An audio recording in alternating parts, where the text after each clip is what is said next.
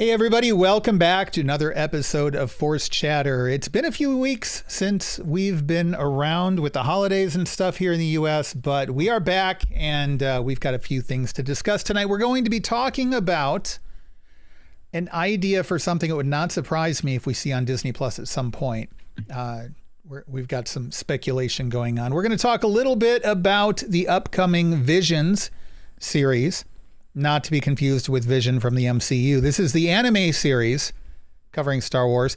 But we're going to talk a little bit about collectibles first. But how's everybody doing? Lou, how are you doing? I'm doing okay. Yeah? I mean, we're in the middle of summer, bracing for another heat wave again this week. But otherwise, yeah, I'm good. Yay, heat wave. We've I got know, rain all week. weather. It's going to be pretty nice. It's going to be like low 90s. Humid. In my book, it is not lovely. nice. It's lovely. Yeah, no. Lovely is the right word for it. Although we did have 4 inches of rain over the weekend, so yeah, it was a bit Yeah, much. it is. And then there are areas where there are droughts and they get nothing. We just got to ship that Sure. out west. I know. We should bottle it or something. Or all you West Coasters Yeah. need to come out here to the East Coast, hang out with us. See, that's a better solution. Tom, how are you doing? I'm good. I like how I don't know if Lou, you planned your shirt to be so relevant for no spoilers, but Yeah, let's see that shirt, I Lou. appreciate it. I Nice. appreciate it. Yeah. And I'm not talking about celebration either. No, No. no, maybe we'll I'm touch good. on that. I'm doing really great. It's Bad Batch continues to be amazing and Mm-hmm. Yeah. keeps me in anything I can do when I'm not out in the heat like that and enjoying new Star Wars is good. So Yes. Enjoying Star Wars is one thing. Enjoying Star Wars with air conditioning, even better. Mm-hmm. Tim, how are you doing? I'm doing pretty Yeah. well. I'm doing pretty well. There's, it's some crazy things in life. Things are up and down, but making the most of it. Yeah. Well, that's why we have Star Wars.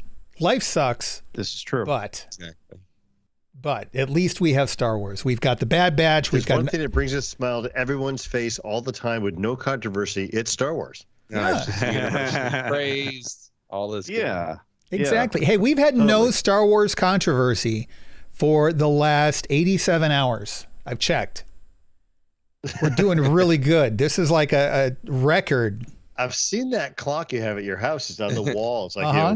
no Every Star day. Wars controversy in the last It's 80, like those signs whatever. in workplaces, X number of days Exactly, since last yeah. injury. Yeah. Yeah. or like in Pacific Rim, they have a clock going between incidents. Yep. That's right. Reset the All right. clock. So speaking of timing, there were some collectibles announcements, and I got really excited when I saw the picture of one of them. You guys remember Dave Filoni's character from The Mandalorian, right? Mm-hmm. Trapper Wolf. Yes. Yep. So he is getting his own Black Series figure, and I want one. And I already know from past experience that there's no way. Not only is there no way I'm going to get one, but unless I get to a convention sometime soon, there's not even a way I'm going to see one. So then, Lou, you were talking about the Hallmark stuff. That went up yesterday? Yeah, Hallmark had their Christmas in July thing, and they do a lot of other stuff besides Star Wars this time of year, but there was a few Star Wars ornaments that were listed on there. And I don't know if they're doing so many a day or not, but I mean, this one, I think it runs from the 10th to the 18th, and today's the 11th. And last night, the K2SOs were sold out. I was like, wow. No. I don't get this. That's a bummer. They make it so Yeah. hard to be a Star Wars collector. Yeah, they really do. I get the fact that some things sell out. That's okay. But when every single thing you produce sells out within an hour of online ordering, you're doing it wrong. Because two reasons. Number one, you have a brand to protect, and number two, you have a business to run. You've got the artistic side of it and kind of the customer servicey side of it, but then you've also got the actual money and revenue. And when demand is that high, then you increase supply to meet the demand. You don't want the supply to go over the demand, but you want it to come right up to the demand, maybe just a little bit under it. Okay. And if you're not doing that, you are losing money. But then on the flip side of it, keeping the customers happy, because, you know, you don't want to look like a money hungry business conglomerate-y sort of thing. You know, you're the people that make our Star Wars, right? We want to love you and be happy with you. So if we look at it from the fan side of it, if I can't get the stuff that I want to collect, that's really, really frustrating. So you're missing out on monetary revenue in a big way, and you're also making your fans really, really freaking frustrated. That's a lose-lose. Yeah. Yep, definitely is. And I get the whole, okay, we're going to sell so many of them, but when they specifically say there's a pre-order, you know, a pre-order to me means we're letting you pre-order things now so we know how many to build later. Right. Right. How does that sell out? I mean, that should be their gauge of demand. Right. Yeah. That, like, and ideally, hey, we're going to get our pre-orders in and we're going to manufacture X% above those pre-orders. Right. To then put out in brick and mortar retail. It is so that you can 'Cause not adapt everybody's going to the pre-order supply. You get the information on what the demand is going to be, because that's the hard part about manufacturing, right? You kind of have to guess at what the demand is going to be and try to target the supply accordingly. And it's kind of a guessing game. This eliminates the guessing. That is the whole point of a pre-order. You know, I would have to think this would do one other thing, and it might piss off some people, but it's going to kill a lot of that secondary market. It's going to kill the need for, I'm going to order 10 of these and then make a killing on them on eBay because I've got the market cornered. But does it kill it, or does it just mean that I have to pay 1,000 now instead of 100? Yeah, or the market's just flooded because everybody is doing the same thing, right? And nobody. But then the price you're not making down. any profit. You know, people wouldn't be selling a $20 figure for $1,000. But the aftermarket doesn't affect Disney nor Hasbro nor Hallmark, right? And it doesn't make the fans happy. So the only people it benefits is the scalpers. So if you're making enough that everybody who wants one can pay what you're charging and get one, then the scalpers are the only ones losing because there's no market for them. Which I think would be a great thing. But you're creating a scalpers market and eliminating the market for the actual collectors. Because, I mean, let's face it, there are people who, like myself, passionate about Star Wars. I don't collect anymore. It's expensive. I'm single now. I'm living in a rural area. I'm not making a lot of money. I'm not going to go out and drop $250 every time there's a new collector's edition Lego set, no matter how much I might want it. And then there are, you know, how many countless Black Series figures and Funko Pops and Hallmark ornaments. And I have to be really, really selective. And the problem is the one or two things that I know that I do want that's also popular with a lot of other people.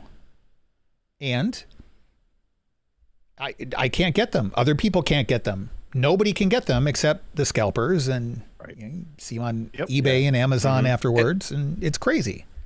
It makes no sense. At least with Lego, obviously price is a barrier to many for that particular corner of the market. But what's not is access to the sets in general, except for their the limited number of convention exclusives and stuff like that they put out. But that's fair. Like, that doesn't bother me. Yeah, exactly. That's a tiny fraction of what they put out. But if you want the Mos Eisley Cantina set and you have the funds to go buy it, you're not going to struggle generally. You might have to wait a little bit for them to restock, but you're going to be able to find it. You just have to wait long enough and it's all good. Now, there's a certainty that once it's pulled, once they retire it and stop producing it, then the value is going to go up. Sure. But what I wish that these companies would do is HasLab is the perfect model for anything that you want to have a limited run of. And what I really just despise is this limited quantities idea that they use that as a tactic to drive up demand. And then, as Lou said, they don't capitalize on that. Yeah. HasLab is a perfect example, like the Razor Crest that's being produced now, or the sail barge before it. They produce as many as are ordered. The limit is on the time that you can order it in. Right. So, you know, as a fan, there are limited quantities to the extent that if I order this, if I wait too long, I am not going to be able to get it except on the secondary market. But the Razor Crest, for example, 28,000 people bought that thing. And, you know, no doubt they're going to make every single one of those. That's, you know, for fans that could afford that sort of thing. For a fan like me that you know, saved up and I can get that like to not have to, you talk about Eric going out and spending like tons of money, but like even before that, you're spending tons of time, you're spending gas just to drive around to stores. That is the time in my life where I enjoyed doing that, doing toy runs and having to go to store to store to store, that is long gone now. And it's so frustrating. I completely agree with all three of you. The pre-order is a beautiful thing, except it never functions like it should. And I'm not talking about, you know, you're talking about the, you know, the Razor Crest and it being expensive and stuff initially. I'm okay with that because I don't mind there being premium items that you have to save up to get or something. But my frustration is if I decide that that's the one thing I'm going to save up for, then like you said, it shouldn't be a hurdle to actually acquire it. If you have what they're charging for it, why is it so hard to buy? And they keep all of that money. They don't miss out on any of that money like they do with all of these other figures that you know, wash out on a pre-order and then end up on the secondary market. All right. Well, that's our little rant, I guess. We're going to keep coming back to it as long as Hasbro and other places keep pulling this on us. You know, we want to give you our money. Even if we don't have a lot of it, you know, a couple bucks, we'd love to give it to you if you want to actually make your products available instead of just putting pictures of them online and like, you know, 10 people getting to buy them. Just saying.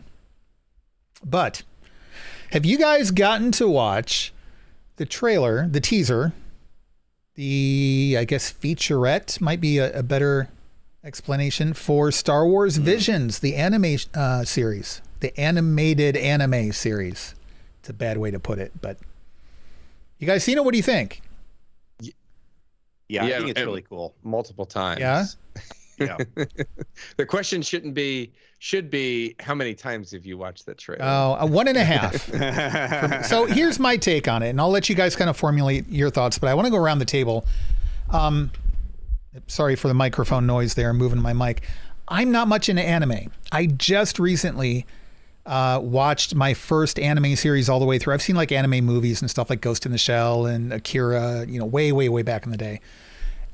It's not really my thing. I'm selective about the style of art and the stories and stuff. And I have an appreciation for the Japanese approach to storytelling. I just don't like the style of art most of the time. And as I'm watching this featurette where they're giving, basically, if you haven't seen it, it's a montage of concept art, a little bit of some animation, and a lot of interviews with the different animators who were chosen to work on the project. It's basically kind of a fluff piece. And I don't know, the concept art just doesn't do it for me. Like the one artist is talking about, you know, everybody loves Astro Boy, and so ours is kind of like, you know, looking like that is paying homage to. I'm like, Astro Boy, ugh. Like that to me, that style is like the worst of it. That's like combining anime and Betty Boop together, and then you get Astro Boy. Like, I just don't want to see that in my Star Wars. And that's okay, because some people do. And I'm a big proponent of, you know, you do your Star Wars fandom. And that's great. Yeah. I'm sure I'm going to like some of these. What's the one that's kind of samurai looking, Duel? Yeah. Okay. So that one looks pretty good. And there's one or two that I'm curious about. I'm very much lukewarm toward this. I'm happy we're getting it for the sake of the fans who desperately want it. For me personally, I don't know. Tim, what about you? What's your experience with anime and what are your thoughts on Star Wars Visions? So I gotta say, I mean, I've sampled a reasonable amount of anime earlier anime on my own. My stepson is also into a lot of anime, Attack on Titan and a bunch of other things that I've watched with him. And a lot of it I've liked. I do agree with you, Eric, that sometimes the style of animation is a turnoff for me. And that's across all of animation, not just specifically anime itself, right. but a lot of different, if I'm not a big fan of the animation style, I usually can't get into it. And then I've talked endlessly, exhaustively about how much I appreciate the stuff that they've put on Netflix. And I absolutely love all the various anime that they've put on Netflix. I've not yet been disappointed. With this, yeah, I'm kind of where you are in terms of, I like this style better than that style, and that style I'm not that much of a fan of, that kind of stuff. But I'm interested. For me, I think it's more story driven simply because it is Star Wars. So I want to see what they're doing with it. And these are shorts. I mean, it's not like you're investing into a big series of that particular animation style. So I'm willing to be a little bit more flexible myself in terms of my preferences to simply see what kind of stories they're going to give us. And also one thing that did come out is that these stories are not going to be canonical. So they are kind of doing their own riffs on different things. They may be similar to some stories that we've seen. They may kind of be a little tangential. It could be a little imaginative. They may be venturing into something that we're going to talk about next too. But it's going to be kind of all over the place. So yeah, I'm in it for the stories. Okay, I can relate to that. I think if the stories are good enough, it can carry me through some stylistic presentation that I might not otherwise be interested in. Lou, what about you? I'm going to sound like a broken record here. I'm kind of in the same boat with you, Eric. I've never been a huge fan of anime over the years, but I am interested to see what they do with this. It's not going to be my go-to thing. It's probably something I'm going to have to, I don't want to say force myself to watch. That sounds really bad, but it's going to have to be something that I, okay, this is my time. I'm going to watch it. I'm going to, get through it. You made it through Resistance. Like you can make it through this, Lou. Wait. Did you make it through Resistance? Oh yeah, okay. I did. All right. Yeah. But I feel like this is going to be a chore for me to watch, I guess, when you come right down to it, because it's not my thing. It's kind of like musicals aren't my thing. And we've talked about that before on a different show, but yeah. Okay. All right, Tom, what about you? The thing I like about this concept is that it is non-canon. So from that aspect, there's less of a pressure to watch it like there is with some other stuff. I think in this day and age, with the amount of content that's rolled out, there's a certain amount of pressure that's built amongst the fandom, especially if you're active online or you have other friends that are gobbling up content. You can feel left behind at times. I think about, I won't spoil it, but I think about this latest episode of The Bad Batch. If you hadn't watched Rebels, I think you're feeling sort of left out of a lot of the conversation that's going on in the sphere about Bad Batch right now. Yeah. And it can be overwhelming at times because of the amount that's already out there and that continues to come out. So to have a really unique idea come out and you could just tune in. You don't have to remember it. You don't have to think about any connections that it has to other storylines or memorize anything like, oh, let me be sure I keep track of this sort of thing. From that standpoint, somebody like me, quite frankly, because I'm in the same boat as Lou and Eric, I not been an anime fan traditionally, doesn't mean I dislike it, but I can come in there and it's okay if I don't like it, as with all Star Wars. But in this case, I don't feel this like pressure and compulsion to watch it the minute it comes out and just consume it and talk about it. That said, and you're not going to have any trivia contests covering any of this. So for you, that's got to be like a big relief. You don't have to study it. You can just watch it all day. Yeah.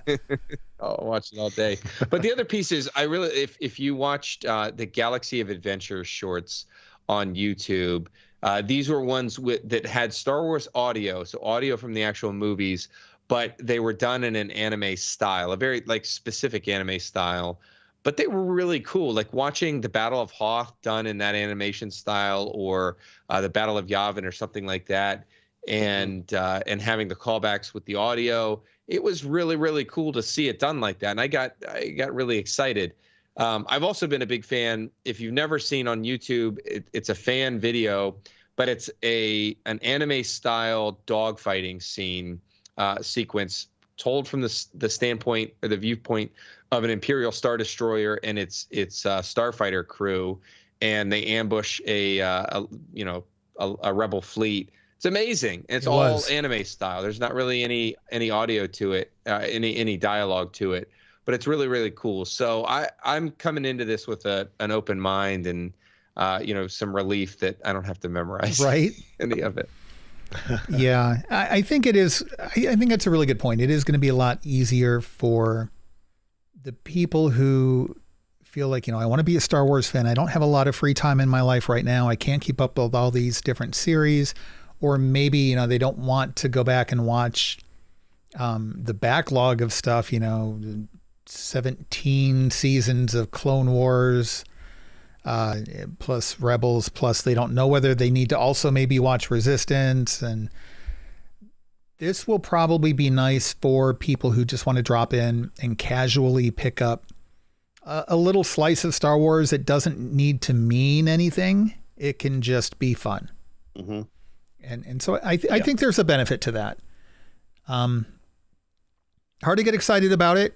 But hey, I mean, it's more Star Wars content, and it's nice to get to see different perspectives on Star Wars and the way Star Wars has influenced different creators. And to your point, Tim, about it's not part of canon, we're going to get to see how the inspiration of the world building of Star Wars has influenced these storytellers and where they take their stories. And I think that sometimes that can be a lot of fun to watch too. Sometimes if you've got good GMs in a role-playing game, it can be the same sort of thing. It's, you've got the world. Now, what are you going to do with it? Where are you going to take it? Where does your adventure lead you? And so these are going to be, I assume, all new characters, all new settings within Star Wars. And they could go anywhere. So I think there's going to be some good to come out of it. And I think that we will probably like some and not like other parts of it, as is typical with any sort of an anthology. You look at anthology shows on Netflix like Black Mirror, or the Philip K. Dick series, I think it was on Amazon Prime, or what's the animated robots one? Love, Death, and Robots or something? Yeah. Same sort of thing. Like some are really awesome and some it's like, it was okay. Yeah. And I'm sure we'll get a lot of that with this too. I think it's good to get new content, even if it is not necessarily canon, because we're getting new ideas, we're getting different perspectives. Yeah. We're getting largely a different format for things. Yeah. It's also, even culturally, this is a different thing. These are being done by 7 Japanese anime studios. And, while a lot of Japanese studios have been involved in the making of other animated products in Star Wars, they haven't been the lead. Right. Everything has been very distinctly led by Lucasfilm and the folks that they kind of have direct control over. And these other studios have kind of, been supporting, and they filled in the blanks and that kind of stuff is what often happens on, big projects like that. Right. So I think it's good just to get some different perspective. Well, speaking of different perspectives on things, our discussion topic for this episode, this came from, I should have looked it up before we recorded. One of the YouTube channels I follow posted a video that got me thinking, and so I wanted to run this past you guys. And I apologize if I'm sure I'm going to come across the video next time I sit down and browse YouTube again, and I'll mention it in our next episode because I want to make sure they get credit for the idea. I want to be clear: this is not my idea. I regret that because I think it's a cool idea, But some of you might be familiar. Oh, before we move off the Visions thing, there's a novel that got announced, and I think it's either an adaptation or it ties in with the Duel short story. Yeah. So yeah, it is tied in. Okay. With that Yeah. one. So be sure to check that out as well. Star Wars Infinities was a comic book series. They had a 4-issue story arc based on A New Hope, and then a 4-issue arc on Empire Strikes Back, and then one on Return of the Jedi. And it was kind of a what if sort of series like we've had with Marvel Comics for years. And we just got the what if trailer for Marvel, the MCU on Disney Plus. And so people were talking about what if we had a what if series for Star Wars? You've got this, as we just said, you've got this world building, could go off in a number of different directions. And Star Wars, because it's this space opera fantasy, has all of these moments in its storytelling where these miraculously lucky situations and circumstances occur, that there's no excuse for that actually happening. And everything aligns just perfectly so the good guys win. Well, what would happen if that didn't go the way it was, quote, supposed to? Really bleakly. Really, really bleakly, perhaps. Or maybe the galaxy would just have to be saved in a different way. So I wanted to run past that idea with you guys and see what you would want to see as far as episodes go from that kind of series. And keep in mind, we've got the original trilogy, and we've already kind of seen that with Infinities. We've got the prequels, which has not been explored in that context. We've got the sequel trilogy, and I know people have been already doing that on their own for a few years now. The Solo movie, the Rogue One movie, there's all the other content too, because let's assume this is an animated series like the one for the MCU. So you could do Rebels and Clone Wars. The Disney Infinities one, I remember one of the things was for Empire Strikes Back, it was what if Luke had perished on Hoth in the snow, and Ben spoke to Han instead. And I think Return of the Jedi was the one where Leia ended up confronting Vader. And I forget what happened in A New Hope. I don't know if somebody in the chat room here might want to chime in. But they had some pretty interesting stories. And it was cool to get to see what kind of predicament that would put the universe in and where they would have to go from there. I mean, the first Death Star was destroyed by like less than a handful of ships because the rest had been destroyed or had to break off to retreat, one of whom was piloted by a kid who grew up on a farm in a desert, never got off planet, and managed to get this bomb into this little shaft. Like, that's ridiculous. That's just... Mm-hmm. Some would even argue it's lazy writing. It's one... one in a million. Yeah. If I just had to pick a number. It's crazy. Yeah. And yet, the whole crux of what would have happened if he'd missed that shot. How many more planets would have been destroyed like Alderaan, and which ones? Mm.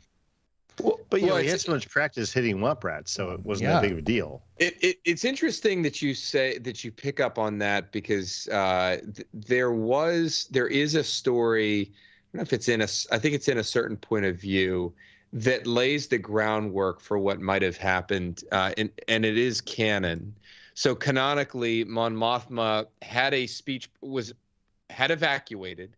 She had evacuated Yavin and was preparing to surrender herself to Imperial authorities, to surrender the rebellion, allowing the rebellion to break up into its disparate cells and factions, and basically save a wider destruction of the galaxy. She had a whole speech prepared and was, had a little cadre of folks that evacuated with her, certain that this space attack was going to fail. I don't think that was A Certain Point of View, because I read the first one, which is where that would have had to have appeared, and I don't remember seeing it. Yeah, in any event, so that's what she was doing. So I think interesting. You've got the groundwork there.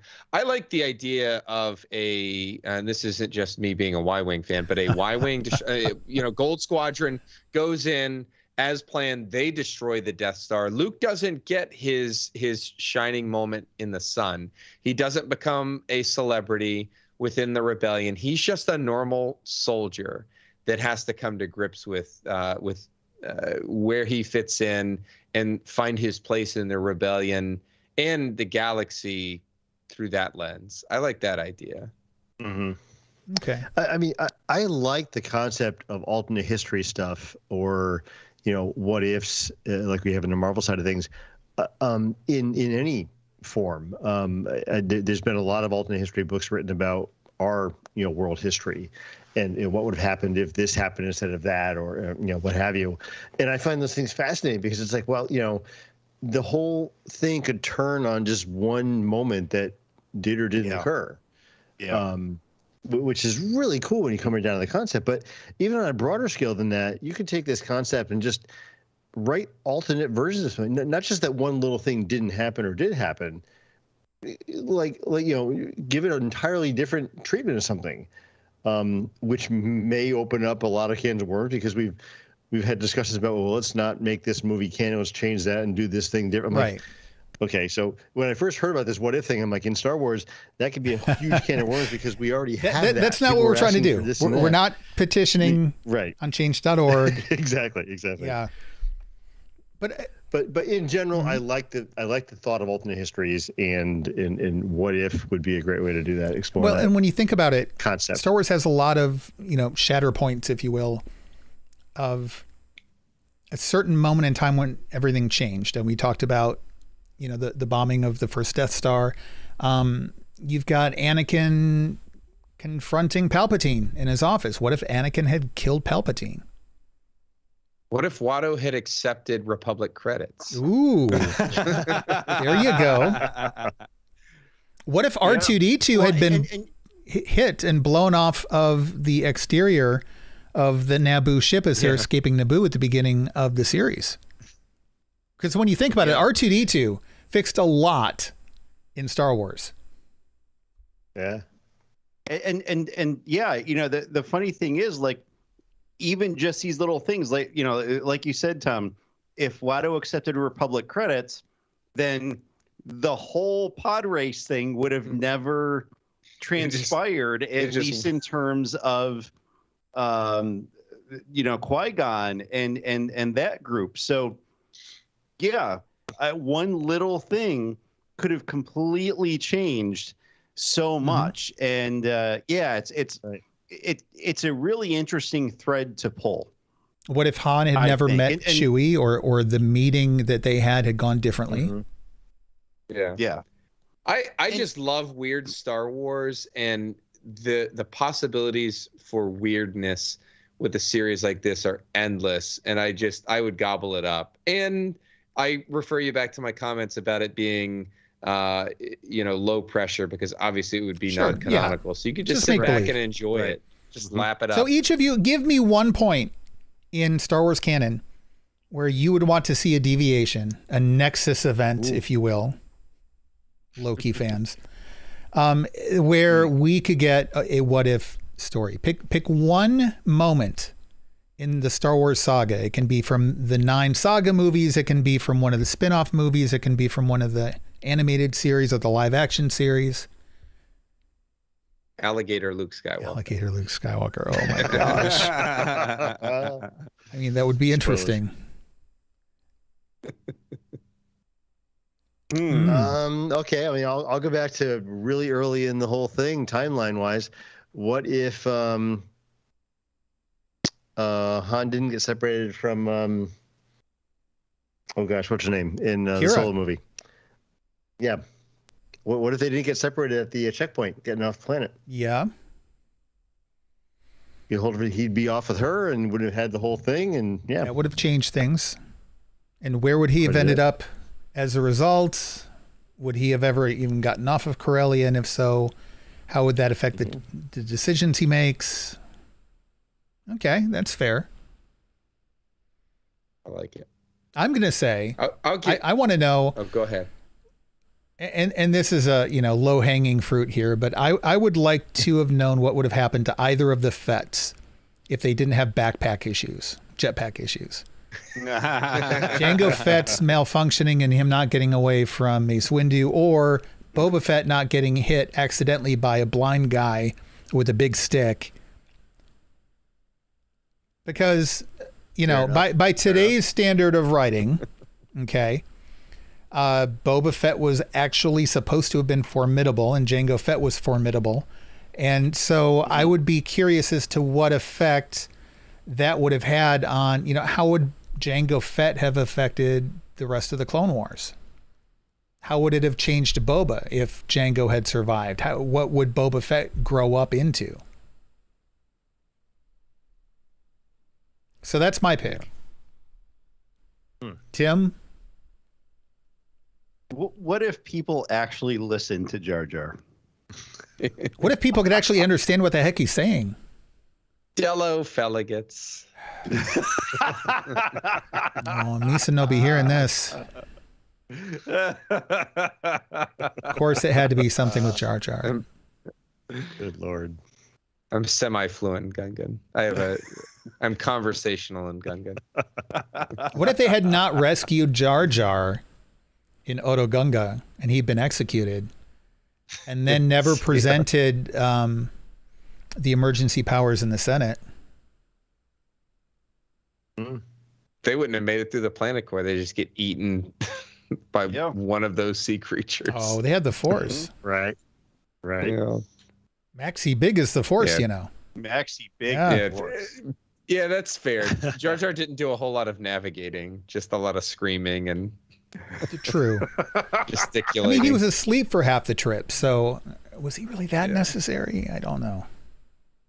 I'll give you one that seems to have more and more potential ramifications as new content gets released, at least under Dave Filoni's hand, and that's if Ahsoka, if Rex had not been able to temporarily resist the effects of his inhibitor chip, and he had gunned down Ahsoka during Order 66, it's like with each series we get, the effects that has on the larger galaxy are bigger and bigger. Right. I mean, that you're talking multiple timelines that affects. Right. Or and there are multiple points where you could do a what if with Ahsoka. You know, what if she defeats Vader? Yeah, that's a good point. You know, on Malachor. What if Ezra doesn't pull her out of the world between worlds? Yeah, and effectively save her. So that one's fascinating to me just because of how her character is developed. What if Thrawn had been around during the events of the films?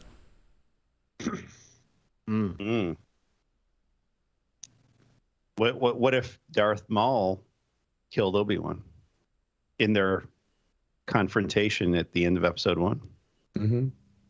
Yeah. Or Yoda gets killed in the Galactic Senate there. Oh yeah. What if Count Dooku chopped Yoda in half? Listen, what if Anakin hadn't killed Count Dooku and couldn't have been turned to the dark side? Yeah, I mean, what if his choices were different when it comes to everything he made? He had a lot of choices going on. Yeah, Mediocre Modeler just posted, what if Mace killed Palpatine? Yeah. For all the Lucasfilm executives that listen to this, you know, I have a job. We all have jobs. We're probably willing to entertain some offers, though. I don't want to speak for the group, but you know, if you want to make me an offer, I mean, we'll say this: like, if this gets you to actually make a series and you use any of these ideas, we'll even give them to you for free. Like, we're not. If you want to throw us a few dollars, we'd be happy. But just we hereby relinquish a little producer credit. Yeah. But toss my name in the credits. But I mean, there's at least a full season worth of ideas. Our attorney is willing to negotiate a amenable contract. Our attorney, this guy right here. I am licensed to practice at all points in the Outer Rim. Oh, there you go. Oh, there you go. All right. Well, is there like an Outer Rim bar that just covers all the planets of the Outer Rim? There should be. I mean, it's reciprocal. I feel like if you can figure out and pass the Jakku bar exam, then that's good pretty much anywhere. Like, how different is law on Tatooine versus, and there really are none. That bar exam's like 3 questions. And they're all in Huttese. Yes. Yeah. When you said it was just like one outer rim bar, I'm thinking, what, the one on Mos Eisley? I know. I was thinking that I'm too. like, is that like there's only one bar to hold in out of South rim? Park when they No, zoom in the on bar downtown exam. Canada? Like, But speaking of the Mos Eisley Cantina, well, speak quickly because we got to just run. Yes. a quick shout out to my lovely Ah. wife who, for our wedding anniversary, bought me the Lego set. Wow. Oh, you know, that The is an keeper. awesome anniversary The present. Yeah. Lego set. If you guys listening don't know, Yeah, you better find out. Go it's look a it heck up. of a build. I've just gotten a few bags in, but it's awesome. Yeah. Really, really I cool thought build. you were I'm enjoying inviting it. all of us up there to the farm to put it together with you. But you're inviting all of us up? I thought. I imagine we're not allowed to touch it. You're all Okay. you're all invited To look. If you're From a already distance. several bags in. Well, You told me you whatever. didn't want the minifigures, and I could just have Oh. those. So you're gonna have to Nice. honor that. Well, You just wanted the building. I thought it was weird too, but a promise is a Yeah, that's promise true. from a friend. It is him. all right. Clearly, we need a new attorney. Don't try to outlawyer him, Tim. All right, that's going to do it for this episode of the Forcecast. Thank you for listening, and thanks for everybody who's tuned in live to the chat. Stick around because in a few more minutes it'll be on a different link, but we are going to be doing Random Chatter. We are going to be doing a review of Black Widow. Don't know if we'll have time to hit anything else this week, but I think that's kind of the big one that's on everybody's mind. So we'll be covering that. Mhm. Lou, we doing movie chatter this week? Yeah, what are we doing for each other? Well, we were going to do In the Heights, but but I think we're going to do 5 minutes on In the Heights and then maybe the rest on what is it, the Tomorrow War? Yeah, I'm good with that. Okay. That's a good Yeah, movie. it is. So, Yeah. uh-oh. Lou. I mean, it's good. Uh-oh. It's just not all that. There's a little tease, Yeah, everybody, for the next episode saying. of Movie Chatter, which should be Tuesday night, 8 p.m. Well, 8:30, I guess. 8:30 p.m. Eastern time. Yeah. And what else do we have to plug here? Oh, yeah. Follow us on YouTube. Go to youtube.com/randomchatter. Hit the subscribe and like button. And hit the bell button to get notifications of anytime we go live or post new episodes. And be sure to hit randomchatter.com/store where you can get cool Random Chatter, Force Chatter t-shirts, logos for our other shows on the network as well. We've got t-shirts, we've got hoodies, we've got sweatshirts. As hot as it is right now, I think t-shirts, maybe. Yeah. Sweatshirts. Yeah. Good Yeah, time of year for that. not good for the sweatshirts. It'd be nice if maybe they had like a discount on them right now. Like clearance or something. I don't know. But yeah, randomchatter.com/store to check that out. That's going to do it. We will see you again in a week. Until then,